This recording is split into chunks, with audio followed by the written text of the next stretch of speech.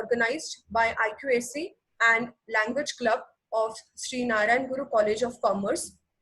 We will begin the session with the national anthem. So I request everyone to stand for a minute.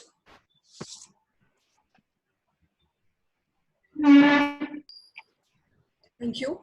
Now I would request Principal Sir Dr. Ravindran K. to address the participants. Good morning, all of you. Honorable resource person,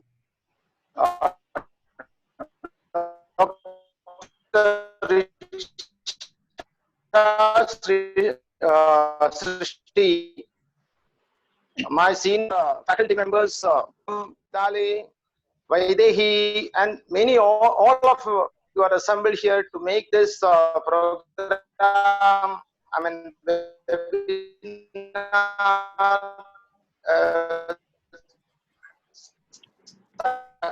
successful one. And all participants assembled from across the country, I welcome all in Narayana Guru College of Commerce. Since I will give a brief introduction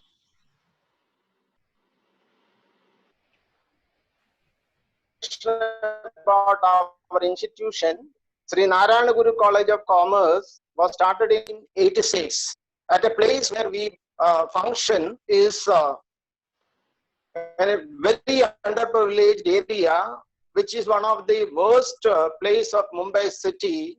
The human index of this area is just 0.05, with whereas the national average is more than 0.65.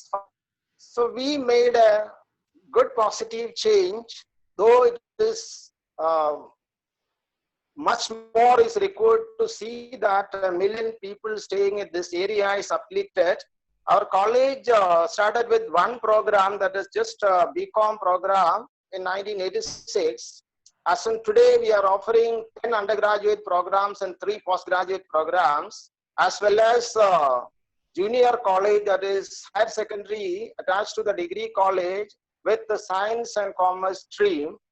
With all, we are catering almost 3,000 students in our college, and still trying to develop the land resources which are luckily available with us, to see that more programs and more divisions of these programs which we are offering to start with, to serve the youth living around this area. Our college is accredited by NAC 3 times. Third cycle was over just 6-7 months before. No, exactly it is 9 months before. Though our college improved the quality and quantity with the result and non-academic, academic, all aspects, but still due to the NAC new criteria, B with 2.45, whereas earlier it was 2.73. Anyways, we are happy with the accreditation. We are doing a good job to serve our community. A community means the community living around this college area. And our college is permanently affiliated to University of Mumbai and recognized by UGC under 2F and 12B. This college is named after Sri Narayana Guru, who was a social reformer and lived more than a century ago in Kerala. Those days, Kerala was a totally different place where caste system and all exploitation, all these social evils were prevalent. Because of the continuous effort of Sri Narayana Guru, not only Kerala, most of the South India also changed that social outlook, and today there is no caste system, no religious enmity, nothing is there in Kerala. So he believed a universal brotherhood, and education is the best way to seek to achieve this. Our college is continuing with these principles and serving the society. We will be doing it as long as we continue our college functioning in that area. As far as today's webinar is concerned, I'm lucky to say that earlier also one such seminar was conducted with Dr. Richa Srishti as the resource person, and she was well appreciated by all participants. Therefore, I requested this organizers or committee to see that one more session with the English language is organized and to call her only as the resource person. As far as this language of English is concerned, I think that it is not a language of any particular country or a person. Since it is universally used, therefore it is a global language and it should be accepted by everyone. Then only that universal brotherhood also will be attaining. The enmity among the countries also will be getting reduced if language proximity and acceptance is there. Therefore, I request all the literature resource, what I call language professors and other interested people to study a lot in this and make appropriate writings to see that more people are liking and accepted this language and getting this as universal language accepted by everyone. With this note, once again, I welcome all of you to enjoy this session of 1 hour where Richa Madam will be guiding all of you. Thank you. Thank you all. All the best. Over to Madam Lakshmi Madam. Thank you, sir. Moving further, I would request the Language Club chairperson, Mrs. Lakshmi Chhaya Kare, to introduce a resource person for today's session, Dr. Richa Srishti Madam. Thank you very much. It's my privilege to introduce my mentor, Dr. Richa Srishti. Right? Good morning, everyone. Thank you for joining on the webinar on the emerging research areas in the field of language and literature.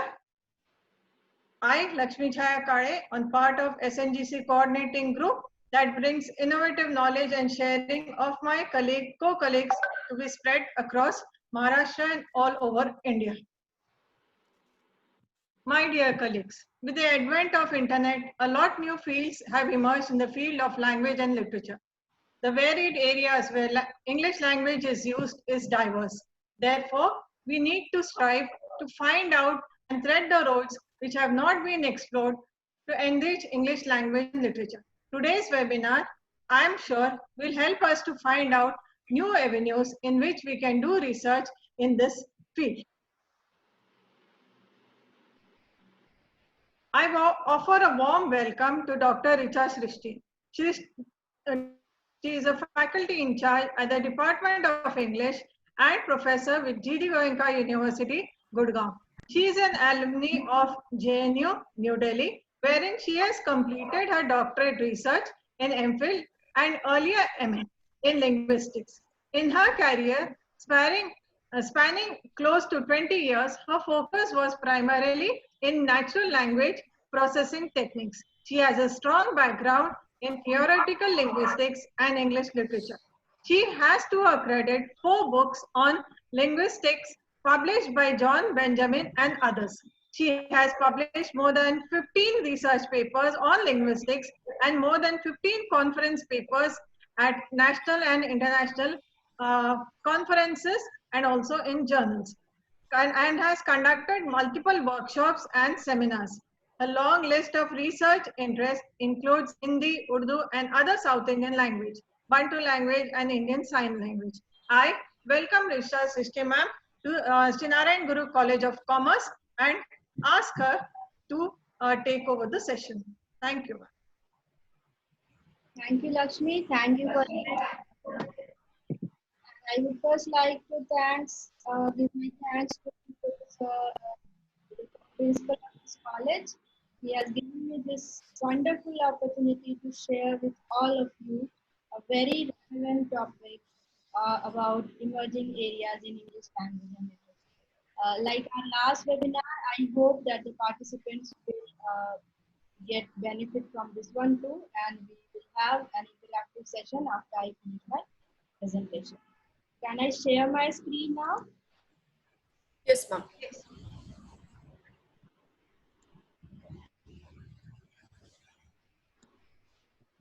Is it visible to all of you?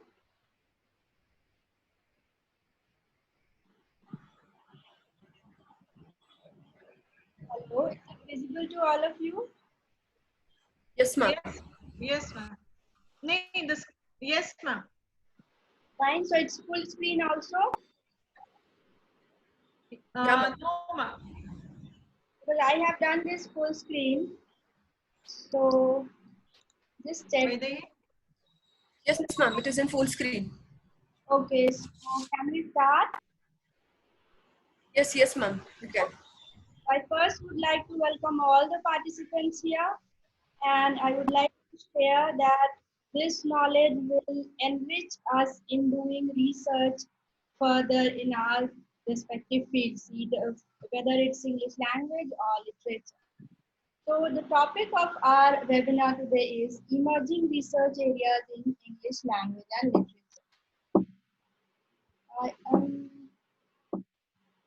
Vaidehi, I'm not able to.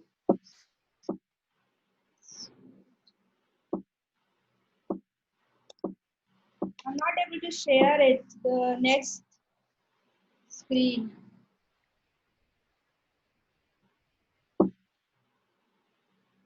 Hello. Vaidehi? Yeah, I'm not able to share the screen. I don't know. There's some issue there.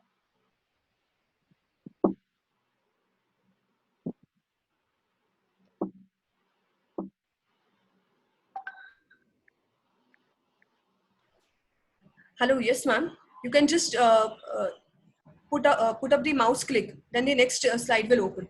I'm using the. Okay, fine. So I have to use only the. Yeah, ma'am. Yeah, ma'am. Please use the mouse click so you can go on the next slide. Okay. Yeah, yeah, ma'am. Before going into actually the specific emerging areas, I would like to some of the fundamental things which we know. I'll just revise it because we are thinking about literature and language. So, what is literature actually? As you all know, that kind of expression, human expression, represents our society and our life. And what is language? Language is something through which we express that expression, that through which we write literature. It transmits our ideas, emotions, and other things, whatever information we want to give. Now, so as literature and language both are completely linked and interlinked with our life in society, we will not able to make any progress unless and until we link it with our society. So it's applied research is which is necessary, not the basic research. So it can be only understood when we consider both literature and language and apply it in relation to society.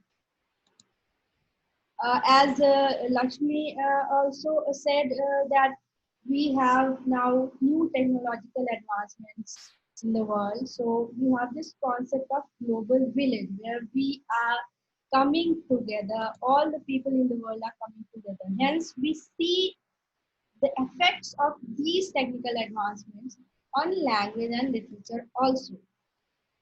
Actually, how has it affected? It has changed our perspective. It has given us newer lenses to look at the same things which we used to visualize 50 years or 100 years earlier. Hence, we will have changes in whatever research areas in various disciplines we have. Now, second important question here is that why is it that English language and literature is one of the most significant areas? It's a question to ponder on also, and it's a kind of challenge also for we as researchers in English language and literature. We will look at that. What are the challenges and why this question has occurred? There are two issues, two built-in problems with English studies. And when I'm using English studies, please consider that English studies here means English language and literature both, that is ELL. The first issue is that English is so vast that technically anything can be written in English. So everything comes under its consideration, whether you are talking of other disciplines like history or sociology or psychology or economics or pol science. So the problem comes when people from any field or every field are at freedom to say anything about English. Second is when you compare pure sciences subjects like mathematics, physics, or chemistry, biology, where you have to, when you are speaking about that discipline, you have to have specific vocabulary. You have to have a knowledge of that specific vocabulary of that discipline. But with English studies, it's easily accessible. You can speak in English and you can speak in English about English. There's no specific vocabulary that is hard. Second issue is that whenever we talk about traditional English studies, it has always been very literal and classical. But when we talk about modern English studies, we will see in later slides also that how it has come as amalgamation of other areas, like merging of other areas, other disciplines. It has taken insight from other disciplines. It has ranges of skills which we need to solve the problem in English studies. So while we keep all these challenges in mind, we have to think about how English studies, how research in English studies, we have to redirect while we appropriate it to the required social and political needs. Other challenge which we'll talk about is that as globalization has affected everything in this world, globalization, it has affected our language and literature also. How it has affected, we'll see in the later slides. We'll talk about the trends also, because the trends, recent trends has become to integrate other areas. And it has given us an opportunity to go into other fields. Like, for example, it has blurred the boundary between language and literature in ELT. Why? Because earlier we used to see, you might have observed also that when we were in school, the focus was mostly on language. Like when we talk about English studies, you were taught English grammar mostly, language. And when you shifted to college, the focus was on literature. But now that has changed. In English syllabus of schools, when you see, they have literature, and through literature they are teaching language or grammar. So we are using more or more of literature while we are doing English language teaching. Now, before moving on to specific emerging areas, we should look at the recent trends and patterns as well as our major aspects which have affected those emerging areas in English language. So first and very important, the most important research trend is that in all the disciplines, we are becoming integrative. We are becoming multidisciplinary compared to the traditional research which was disciplinary. So disciplinary research, it's okay. It was more useful with details, but the multidisciplinary research, it gives you a more holistic and complete picture of whatever research you are doing. Integrative research can also be called, there are several terms like multidisciplinary, collaborative, holistic. So as I told you earlier, it provides us a larger and better picture. Why? Because this has become the best way to solve any problem. Now, what is the best way to solve any problem? The best way to solve any problem is to follow where that problem leads us to. While we are in that process, or while we are in that journey, we see that we need methods from other branches of humanities also. Hello?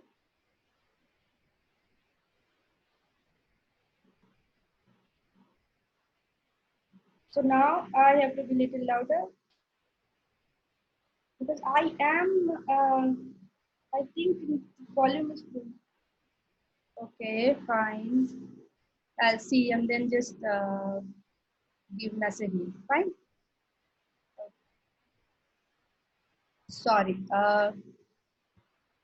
So we were at solving of the problem where we need insights from other branches also. So the main focus of our research nowadays is to just solve the problem, even if it requires methods, using methods from other branches or other disciplines. Now the challenge is that when we are doing it, when we are merging it, we are not able to limit the boundary of any field. We don't know where language stops and where literature starts, where English literature stops and psychology starts. So you see that if we want to do integrative research, it will take a lot more effort on the part of researcher, and we need more resources also if we want to get meaningful results, if we compare it to disciplinary research.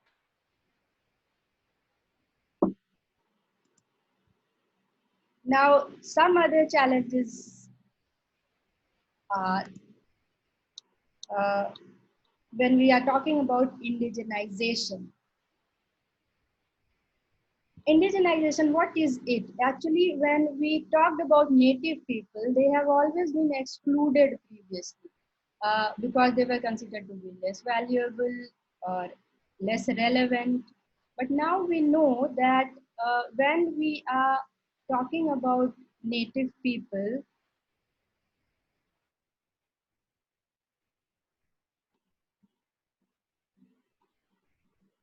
sorry, is my voice audible? Hello? Hello?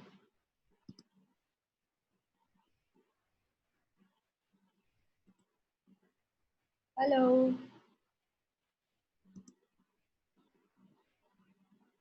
Hello? Ma'am, be a little loud. I have a chat box saying that. Okay, but I am fully loud and I don't know. It's the maximum loudest voice because last time also, this time also when Ravindran sir was speaking, the voice was very less. So I don't know. Maybe network That problem. might be a Maybe network. technical problem actually. Okay, ma'am. So what to do about it?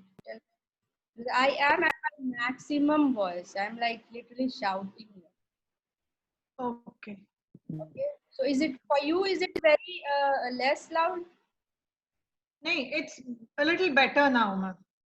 Okay. I'll see. I'll see. If there is anything else, please tell me because I'm not able to now share the screen as I want. So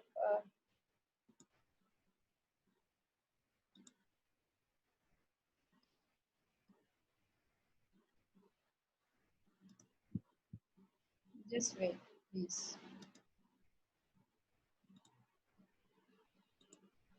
Is it okay? Is it fine now? Hello, is it fine now? Yes, ma'am, it is fine now. Okay, so I Yeah, ma'am. Yes, ma'am. okay, fine. Then I'll talk like that. Fine. So wait, I have to come back to the slide. We were talking about indigenization. Uh, I told you that earlier we excluded the native people and we thought them as less valuable and less relevant. But now we know that knowing native people and knowing their culture and knowledge, we will have a richer understanding of the world. Why?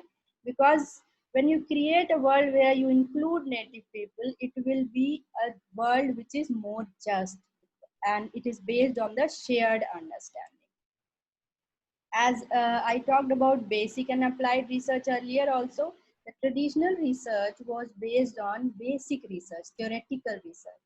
but the new trend is to apply that research and apply it to solve a specific problem. That has become a new research trend and pattern. When you use integrative research, you use teamwork. You cannot work solely. So you need variety of skills, variety of insights from other branches also.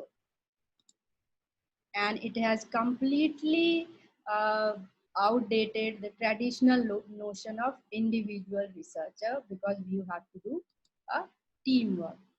Now, we will look at some major aspects which have emerged in those research areas. A few I have written, there are so many. You can add on your own if you want. One is cruelty of modern life. Then, because we have moved on from rural to urban life, we look at material, cultural, and all kind of changes, even theoretical changes in urban life. Despite being individual, we have a collective uh, responsibility towards our group or community. So we talk about collective individualism also. We feel that in modern life, we feel that we are secluded. At the same time, we are bound with some thread. So human bondage and sense of seclusion is also another aspect. Uh, Critical approach towards system. More and more researchers are being critical towards the system. They are asking the questions. They are trying to examine the traditional notions and beliefs. Though we have moved from rural to urban, still in literature we talk about how rurality is expressed, how class is expressed. Then we can see the interplay of religion, gender, sexuality, race, and class in literature. This has led to some of the issues related to marginalized section of the society, that is subaltern issues. And when we talk about Indian context, it can be, one example can be Dalit literature. Myths have always been explored by researchers, but nowadays researchers are reinterpreting those myths through various lenses, like lenses of class, lenses of race, lenses of gender. Uh, then, because we are coming closer and closer to people, we are trying to gain knowledge about other cultures also. That is why we are doing translation of regional literature. And as you all know, we talked about it, that language is a part of cultural identity. Then that can be also one of the major aspects. Now, when we talk about emerging areas, we should think about one more and the most important term now we are using in the language and literature, that is post-humanities. It questions what it is to be human. Why has it come up? It has come up in response to traditional humanism, which was inadequate to understand whatever relations we had with ecosystem, not only with us, within among humans, but with ecosystem. It talks about interfaces between human, machine, and prosthetic extensions. So the boundary between human, machines, and the technology has blurred actually. That was traditional boundary. So in literature also, when we talk about post-humanities, we should look at how we are reconstructing, in a way, humans, how human beings are being reconstructed in literature. Now we'll come to the specific areas we talk about, which are emerging in English language and literature. One of my very favorite research area is visual arts in literature. As we all know that mythological and religious narratives were the main motivation for classical art. So in this contemporary world too, when you have to link the textual and image-based media, you have to research in the field of visual arts and literature. What it does actually is to link the image-centered world with literature. And in this area of research, literary experts and historians work together, and they look at different types of visual arts in literature, like painting, sculpture, even mobile screening devices, all kinds of exhibitions, because they are social spaces like museums, galleries. Digital humanities had been linked with other research areas also, but recently we have been linking that to literature. Now, what is digital humanities? How we use digital resources in humanities. So we can analyze their application also, and we can systematically use those resources also. For literature, we can do one thing, that we can archive texts and explore more use of or analysis of their application. To be on a more creative and critical side, we also use electronic literature. We also use how that electronic text is written, so we can we can research on electronic textualities also. Related field is media and literature. So you can have research area like storytelling across media. What is its effect? How do we storytell in media? Then women's narratives across media also is an emerging area. Cyber culture means internet culture. Now, like popular culture or popular literature, we have popular cyber culture also, that basically deals with newspapers and magazines online, and whatever essays and columns are written by journalists there. Next interesting area is techno-romanticism. As we all know that romanticism was a movement in 18th century which focused on individualism, which focused on motivation and inspiration from nature. It also focused on subjectivity, and its sole aim was to achieve a utopian society. Now, what is techno-romanticism? Based on romanticism, techno-romanticism uses technology to solve human problems and bring about techno-utopia. Based on testimonies of people in various contexts, we can also work on testimonial literature. Related area could be autobiography studies as well as biography studies. Women's writing, women's life writing was earlier marginalized, but now researchers are exploring more and more on life writings and women's life writing. When we talk about theater, language comes in the fore. So not only are we studying just the play or the theatrical production, we are also studying all kinds of performance studies. What is performance studies? It links artistic performance as well as cultural performance. Artistic performances are performances where the artist or the person performs, like solo performance, or plays, or performance poetry, or theatrical storytelling. And cultural performance is the performance of that specific culture, like some religious ceremonies, festivals in that community, even performance of social and professional role in that culture, and individual performances of race, gender, sexuality, and class in that culture. So performance studies, what it does, it links artistic performances and cultural performances. You can work in that area if you want. Literature and cinema has always been linked very closely, because cinema has most of the time borrowed from literature. So we can work on literature and cinema, and we have some very new topics here where you can use different approaches to literature and film. Like psychoanalytical approaches is one of the popular approaches. Then you can have feminist approaches. In Indian context, you can have post-partition literature and film, so you can look at it. Within post-partition literature and films, you can look at various things.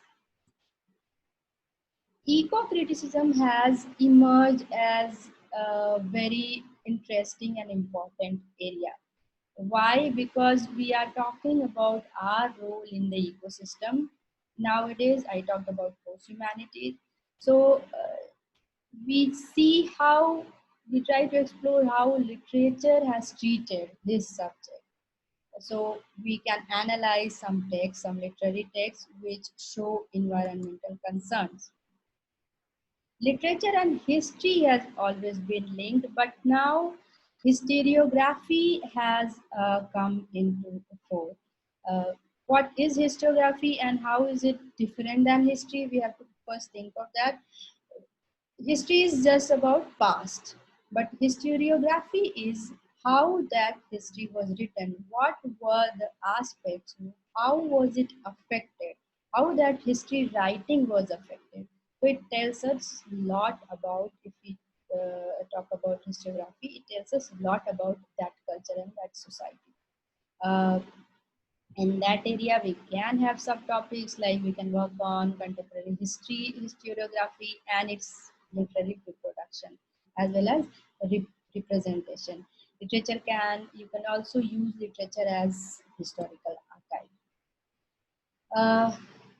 We talked about interdisciplinarity. So in most of the research emerging areas, you will see there is something or the other from some other discipline. For example, we'll have sociology of literature, where sociology and literature are linked. So we explore the social production of literature and what are its social implications in sociology of literature. In the major aspects, we talked about translation. Now you can use this to know the identity of people. You can work on translation as identity, translation as power, translation as ideology, and translation as bringing some social change, like what is the link of translation with some social movement. Talking about the concept of global village, we can have another area in immigrant literature.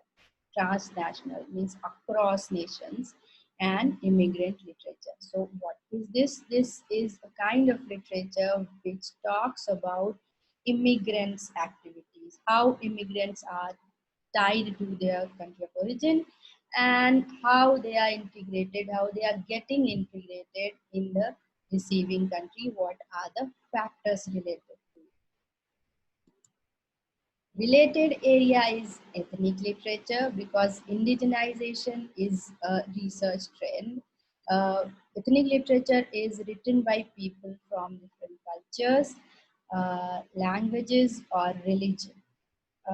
For example, you can have wisdom of native ceremonies, how is it performed and why is it there. And you can have trickster narratives also, where there is somebody called trickster. He or she is usually an animal or a person having supernatural power, who always criticizes, who always has a kind of critical approach to society.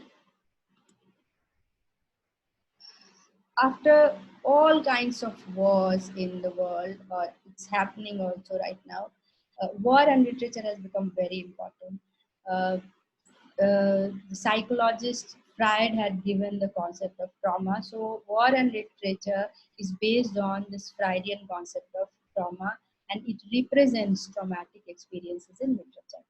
So you can also link it with, if you want to, you can also link it with literary trauma theory, where trauma creates a fear in that individual, which divides or destroys the identity. Related field could be women and war literature. Why? Because war literature has always marginalized women in two senses. One is that the writers were men, and the second is that women have always been marginalized and underrepresented in that literature. So you can explore more on war literature written by women or war literature where women are represented properly. Uh, Religion has always been connected to literature because religious texts were written in using that language. You can have areas like culture and blasphemy. We have literatures of sin and confession you can work on. You can work on religious culture and how it impacts literary traditions. We also have narratives of secularization, different kinds of narratives, you can explore that. And there are some cultures of religion which challenge the secularity present in the society. So you can explore that also. How society treats its people, how the society treats its people who are marginalized can be looked at in literature. So when you are talking about queer culture or LGBTQ culture, you can look at how they are represented in the literature, and it can show, it can reflect how that specific society treats the people from queer culture also.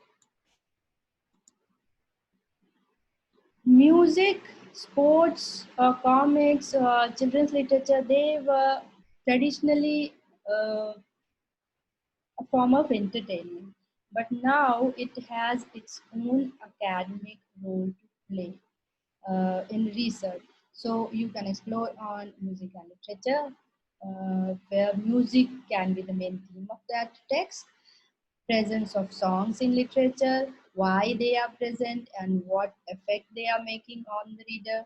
Then lyrics in music or music literature also can be explored, and they are music inspired by literature also. Sports also, as I told you, that it has become an academic, sports literature has become an academic pursuit. What is sports literature? It is a kind of literary writing about sports. So you look at the meanings given to sports uh, in that particular text or society.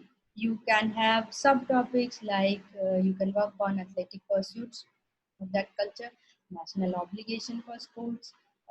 We can see gendered achievement, how female athleticism is looked at in that society, then ethical performance, and how sports incorporates our human beings' pain and happiness, and how it expresses our pain and happiness. We talked about urban life. So we have one other emerging area in language and literature, that is urban culture in literature. How urban culture is represented. It's also called urban fiction. It exhibits, shows the socioeconomic realities of urban life. It also gives us some insight about the culture of its character, and the setting is specifically urban. Uh, Sometimes it can have a dark tone because it focuses on the less favorable side of city living. Hence, it can have explicit use of profanity, sex, and violence. Another emerging area is fan fiction, fan culture. Now, what is fan culture? Fan culture is something related to some text, fan of that text or writer, uh, where they use or remix the given text, but try to create something else. It can range from remixing a couple of sentences to an entire novel, and fans are at liberty. They can keep the creator's characters or settings, or they can add their own. So you can explore this also in depth. uh, Popular literature we have, but we can have another area which links popular culture and language, where we can see how and why the use of English in popular culture can affect a person's belonging to a group or his identity. We can also explore how English affects popular culture or popular culture affects English. Next area which we can talk about is literature and science, because both literature and science, they are a result of human curiosity. Literature motivates science because writers write for something unknown. So literature motivates science on that, in that sense. Then literature can make the scientific development, the scientific researches more popular also, because it adapts various scientific themes. Uh, we can also work on gender and science, how it is linked, and how in science one gender has been marginalized by the other gender.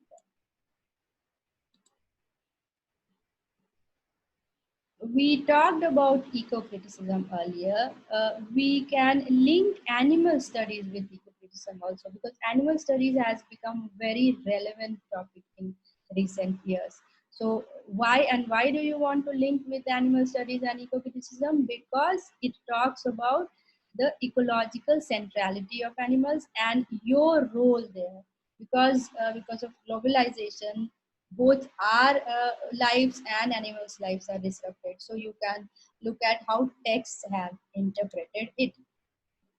Now, talking about just animal studies and literature, it has become a very interesting research area, because we not only talk about human to human relationship, here we talk about human to animal relationship.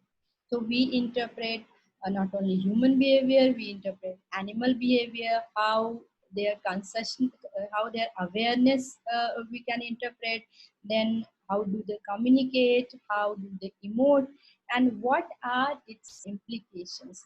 This interpretation, when we are interpreting like this, what are the implications of this kind of interpretation when we are talking about moving on to animal rights. Children literature traditionally has always been for children. But if you think about it critically, children's literature has been written by adults. So now what we are doing, now what researchers are doing, they are digging up the hidden histories and political meanings behind children's literature. Uh, comics or graphic narratives were also traditionally just a means of entertainment, but now we know how important they are, how they reflect our contemporary culture. So it has become a major area of criticism.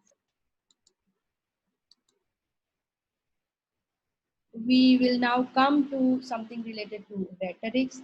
Now, what is rhetorics? Rhetorics is just an art of persuasion, whether in speech or in written language. So it has to be there as an area of research in English language and literature. Now, there are different genres in rhetorics when we talk about the research areas. One is environmental rhetorics, where you argue about what are the aspects of environment and what is the place of human in it, that you can look at in the text. Then we have visual rhetorics, where visually you want to persuade people. So subtopics could be war and poster propaganda, then how social media has led to the rise of visual rhetorics. Rhetorics can also linked with critical race theory. Critical race theory is a theoretical framework to look at the society and how the society treats, how the state or how the system treats different races. It also holds the view that state or the law is inherently racist. So when we talk about critical race theory and rhetorics, we look at how we use language, how we use literature to transform the relationship between law and racial power. Can we persuade it? Can we have the possibility? Uh, we can also talk about public rhetorics and how can they bring social change. In the same topic, under the same topic, we can also talk about rhetorics across culture, as well as rhetorics which are anti-racist. We talked before about digital humanities. So in rhetorics also we can have different kinds of areas related to computation. Like we can have computational rhetorics where we explore how we apply computation on rhetorical analysis. We have cognitive rhetorics also, which explores the properties of literature, literary text, but from the perspective of cognitive science. Uh, Cognitive poetics uses principles of cognitive science, and then we interpret literary texts, various literary texts. We talked about literature and science also. Similarly, we can have literature of science where we can do rhetorical analysis of scientific texts. As we talked in post-humanities of human-computer, human-technology interface, we have rhetorics of human-computer interaction where we can look at the languages used and how it can be used to persuade humans. Similar related emerging area is human language technology, where you use technology to produce human language. So there are many challenges. So we can look at what are the challenges for computers in doing that. It can be in the area of speech recognition, or when we do machine translation, or we recognize named entities. And additionally, there's a newer area where we use machines for understanding emails. So the language of emails has to be understood by machines. We can also explore the language technologies which are persuasive. Why? Because we can apply it in the field of education and health. Traditionally, we looked at pedagogy. Then came critical pedagogy. Critical pedagogy was a kind of method which made students critically aware to the extent that they can examine and question the traditional belief system. So, similarly, feminist pedagogy, which is an offshoot of critical pedagogy, it talks about gender, how gender plays a role in the classroom, and it influences two things. It influences not only what is taught, but how it is taught. Currently, as you all know, we are facing a pandemic. So in this kind of situation, we have to, as researchers, have to research on online pedagogy and learning also. But there are two things as a researcher which you have to keep in mind. One is that you cannot just go and research on online pedagogy and learning, but you have to research on how and to what extent these measures are effective. Second important thing, at least in context to India, is that when you are talking about online pedagogy and learning, you should think about it that you are marginalizing a large section of society. So how you can integrate with your teaching and learning, that also you have to take care of. For online pedagogy and learning, you have a lot of learning management platforms. You can explore that, but as I told you, that don't just explore it, you have to take care of the fact how effective they are. Then we have areas like experiential learning. Why? Because now we have moved from teacher-centered learning and teaching from student-centered learning. So experiential learning explores how experiences outside the classroom aid learning. Then we can have blended learning, which we are doing in India nowadays, while we are combining digital media with more traditional forms of teaching like lecture, PPT. We have mobile learning to research on also, where we see what kind of online resources we are using with mobile app, or some other kind of mobile friendly version. We can use games also. Embodied learning is a recent addition to the emerging area because it talks about using everything, like using mind and body, and a kind of holistic engagement of the person, like the learner. So he or she has to have emotional engagement, intellectual engagement, physical engagement, as well as social engagement also.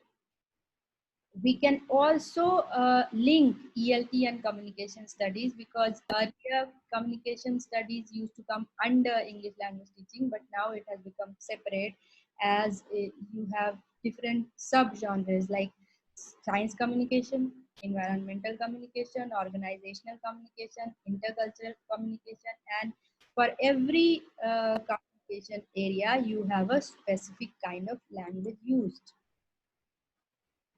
Next, we come to something called multiliteracies and translanguaging, means going across languages. It uses more than one language to work as an integrated communication system. Why? Because traditionally, when we were multilingual, we researchers thought that it is a kind of hindrance in language learning. But now multilingualism is being celebrated, and we think that if you know another language, it has an advantage. As I talked to you about English for communication and in science communication and environmental communication, we can also talk about English for specific purpose. So not the same English you use for business, the same English is not used for law or marketing. So you can research this area also, that is very, very relevant. We talked about traditionally also language and gender, but nowadays it has become relevant more, and you can talk under that, you can explore under that link of language and sexism in one specific community. Also you can talk about how gendered we can become at work, what are the morphological information given in any language, or what are the stereotypical gender information in any language.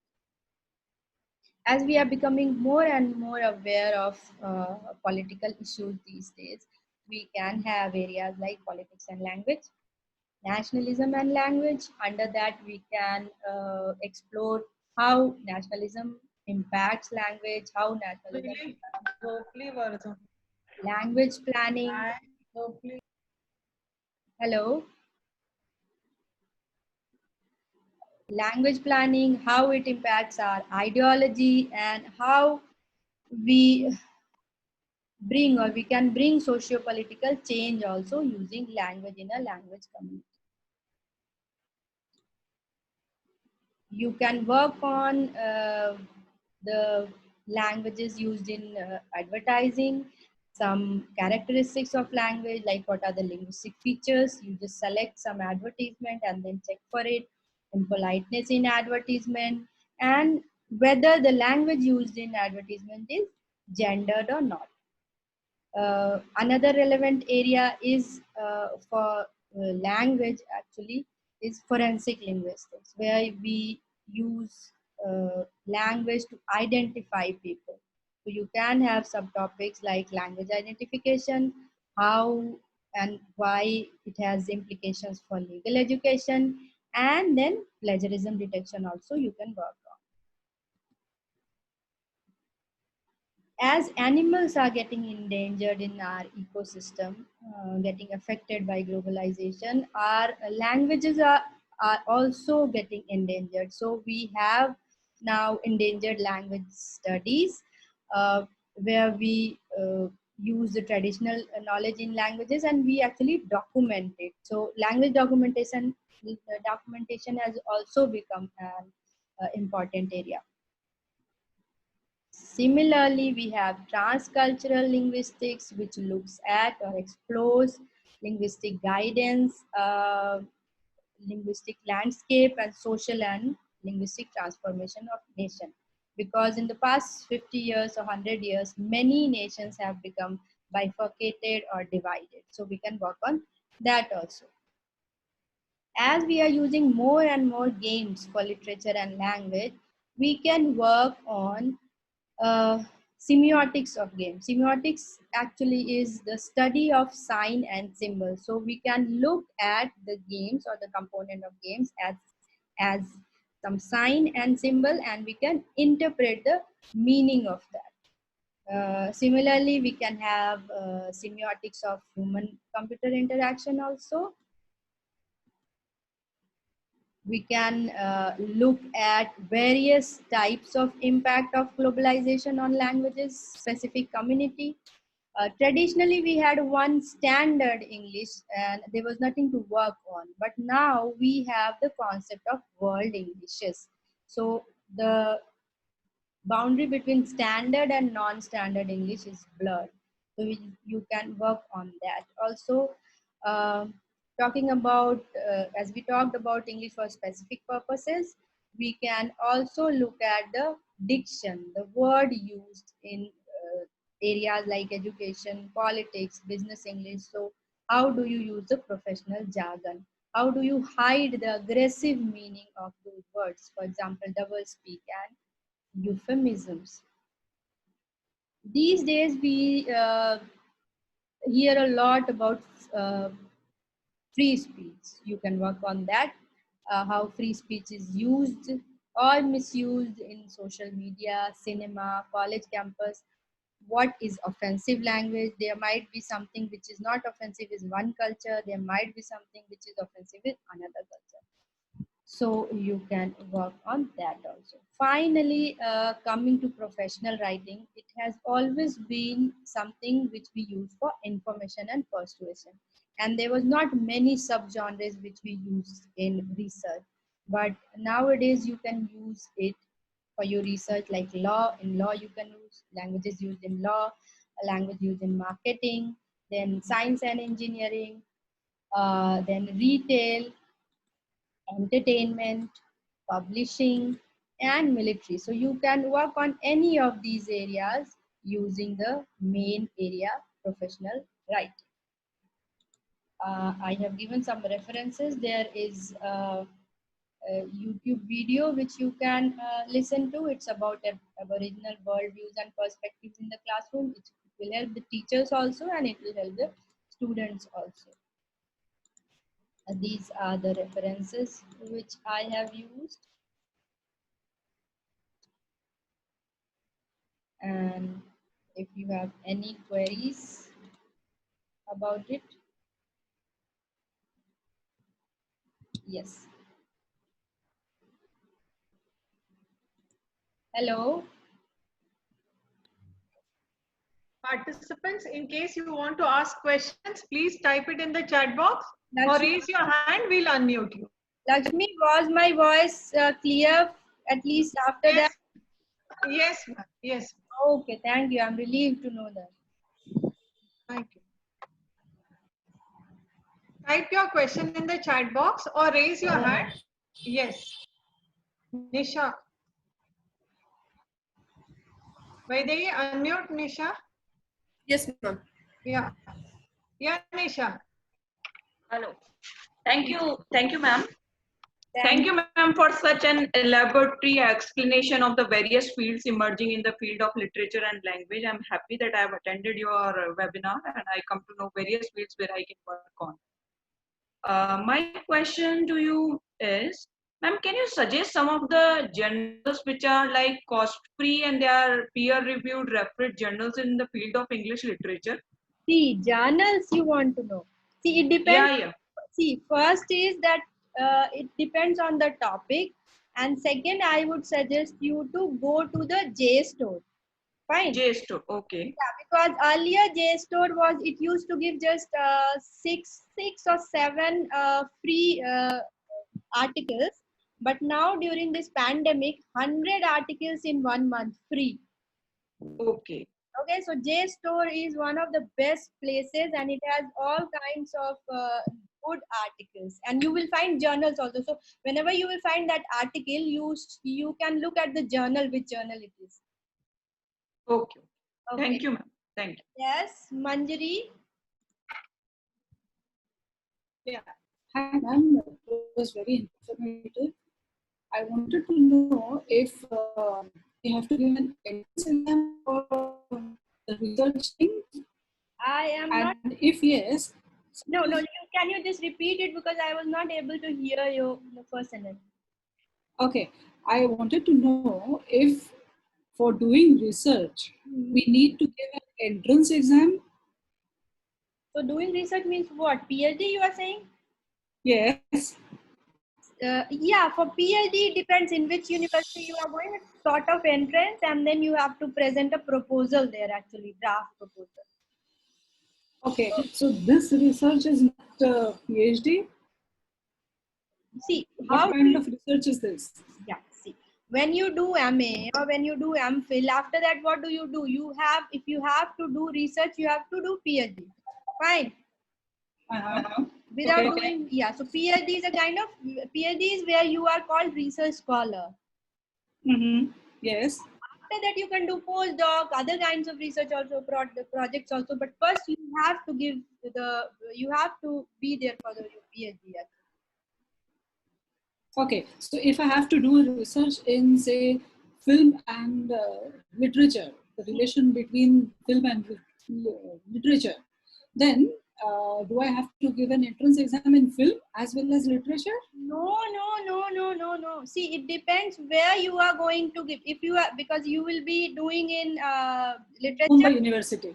Okay, Yes. so you will be doing it there. Okay, so Yeah. you can give the entrance there. They will not ask you about films or anything. Okay, but yes, they will ask you because you are giving it in English literature department. They will ask you basic questions about English literature at least. Okay. Yeah, thank you. Okay. Yeah, thank you so much. Anyone else?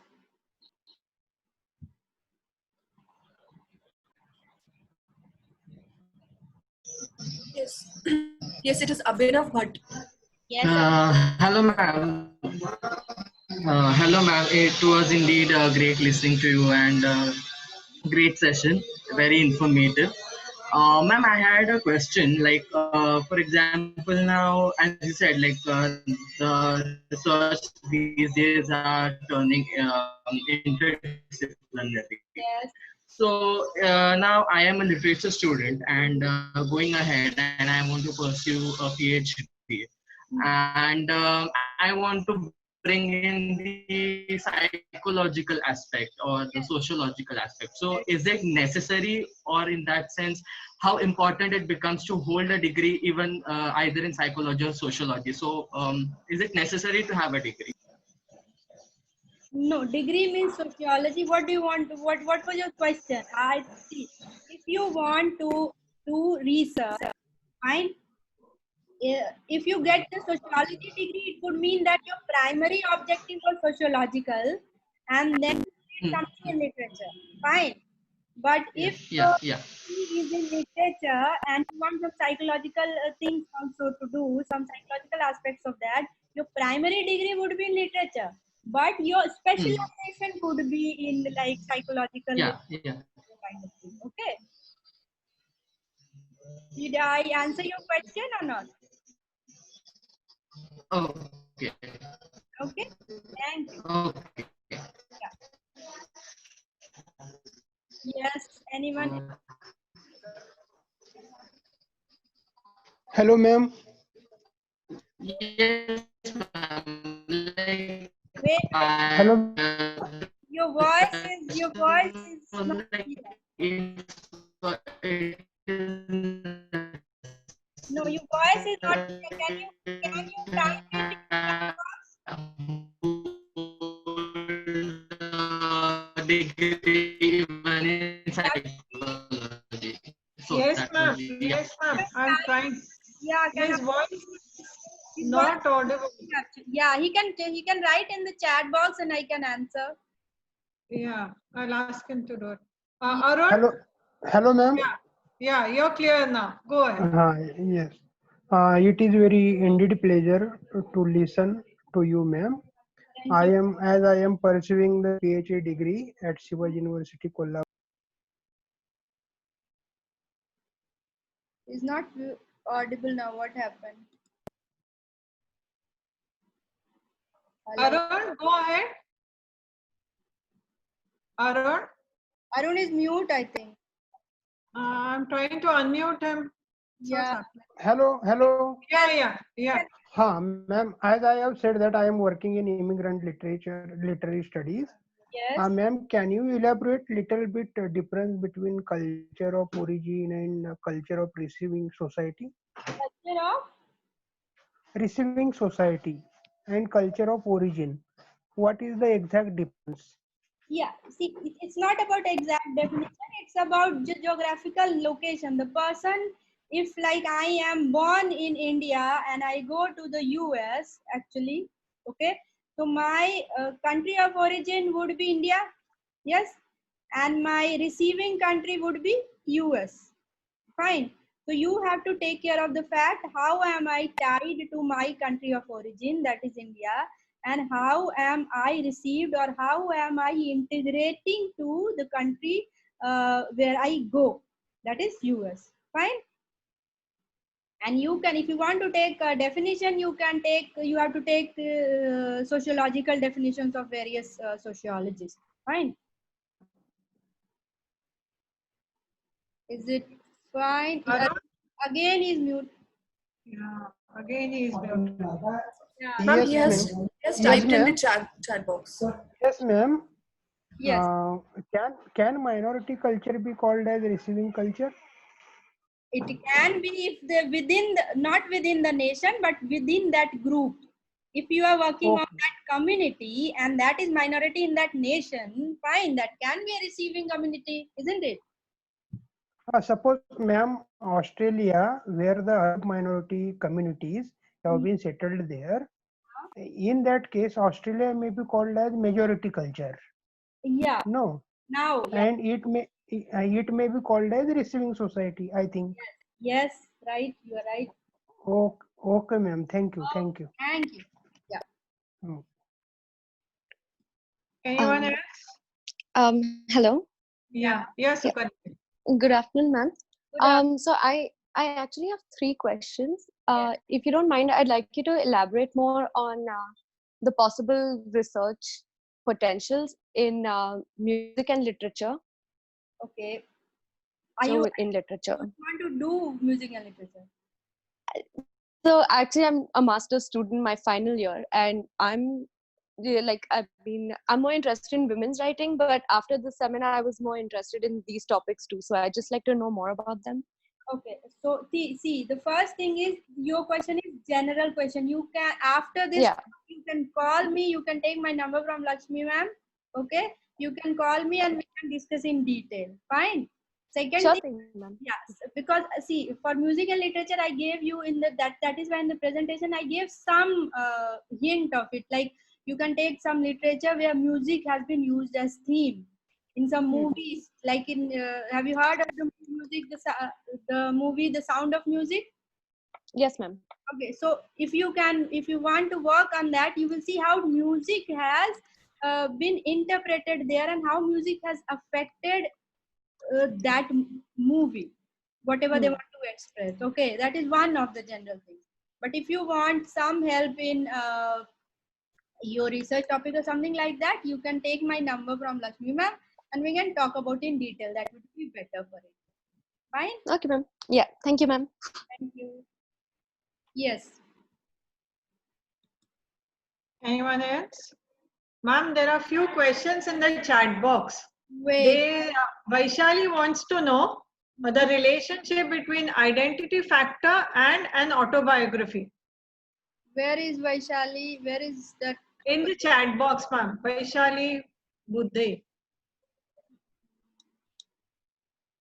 Okay, I can't see that, but yes, tell me again. I'll tell you. She wants to know the relationship between identity factor and an autobiography. See, identity factor is a general term, okay, the umbrella term. Identity, you can have your identity in any community or in society or in that nation as your identity plays different kind of roles. Like I can be identified in my university as the assistant professor. I can be identified in my home as the daughter. Okay, I can identify in my home as a mother also, a sister also. Okay, so identity is linked to your role, what you play, wherever, in whichever context you stand. Okay, now autobiography is a different thing where you yourself are writing about yourself. So it's like about your identity, your various roles you are looking at. So did you get the difference? Yes, ma'am. I think she's got it.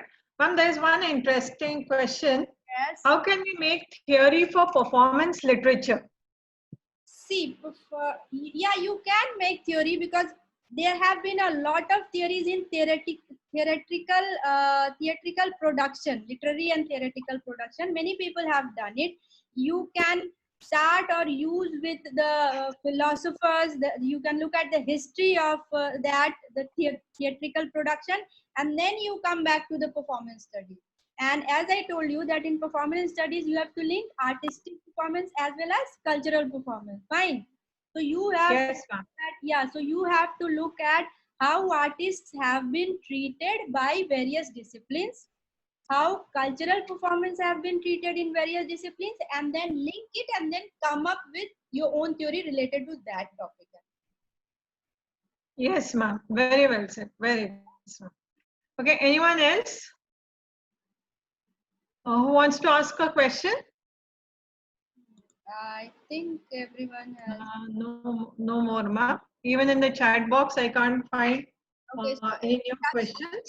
Can I just request something? If somebody wants to talk to me about specific topic or something like that, or I can help in that, you can give them my number. Not to everyone. Yes, ma'am. But if whoever has a genuine concern about their topic, they are doing some research and they want to elaborate on it, they can talk to me. Fine? Yes, ma'am. Yes, ma'am. In case they send me a personal message, then I'll share ma'am's number to that person out there. Yes. Okay. Okay. Yes. I can I write think- an email here at least. Yes, ma'am. Ma'am, there is one more. Yes. Ma'am, how should we go further, or how do we go on after choosing a topic? Like, what should we do after that? Like, if we choose research in music and literature, what should we do to come with a topic? There's that in the question chat box, ma'am. Yeah, so first, Aishwarya has asked that question. okay, so first the thing is that in music and literature, what do you want to do? What do you want to research on? You have to ponder on that first. Then narrow down what do you want to do, and then you pick up some text or some films or some musical lyrics. Okay, where do you want? First, you have to narrow down your topic, and then you can work on it. Actually, because see, I won't be able to tell you the topic. You have to first think what you want to do, and then we can narrow down the topic. Right? Yes, ma'am. Yes. Aishwarya, I think ma'am was very clear. I can't see Aishwarya here. Okay. I have given my email ID to everyone. Yes, ma'am. Yeah, Aishwarya is there, but right now I don't know where is. Okay. Okay. Vaidehi, go ahead. Now I would request Sneha Jabbar madam to propose the vote of thanks.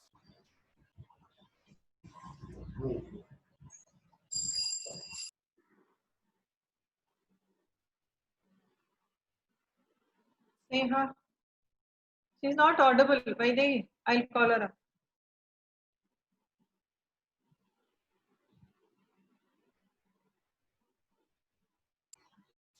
Everybody wants feedback link, I think. Yes, ma'am. Yes, the feedback link is shared in the chat box, and we will also share the feedback link in the WhatsApp group. So the participants can fill the feedback. Within 30 to 40 minutes, we will be closing the link. So please be fast. Thank you. Sneha? Sneha, you're